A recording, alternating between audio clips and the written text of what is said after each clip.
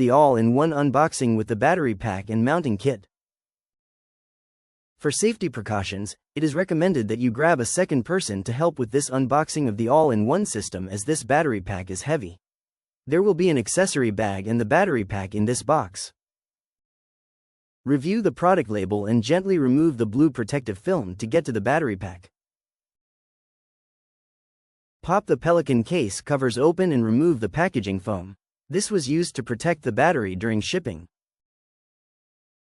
Inside this battery pack, refer to the sticker label. The very first thing you want to do is close the breakers. This is located near the front of the inside of the case. If the breaker is up, it is open. If the breaker is down, it is closed.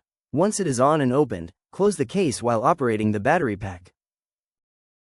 For the outside ports on the case, there is a 2-pin AC port that is used for an additional battery pack for covert deployments. Below this is a 3-pin for the AC charger. When turning the case to the side, there is the blue light with a number. It represents the battery gauge of voltage that has 2 USB ports for charging other devices.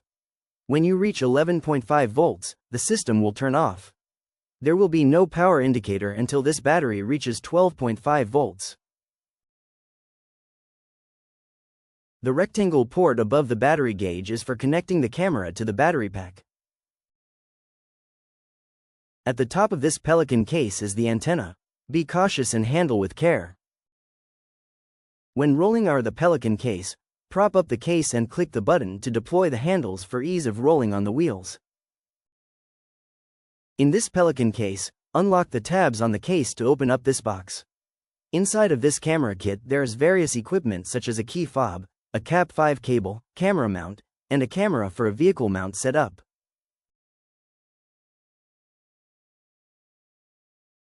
To properly power the camera to the battery pack, use the cable part with the square to connect to the camera. Now grab the other end of the cable with the pins to connect the cable towards the battery pack. You will hear a click when it is securely in place. Now for the camera mount setup, unhook the current camera system.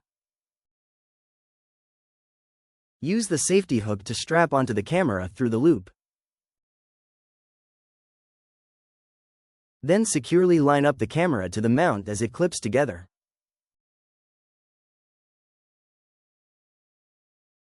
For mounting securely, connect the cable through the mount with its already made cutout. Then securely plug the cable into the camera.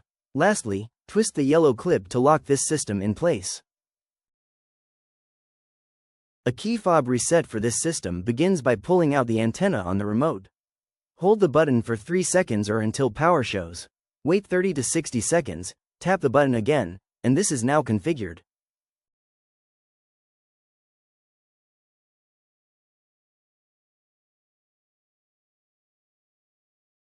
Thanks for watching. Reach out to us for further questions.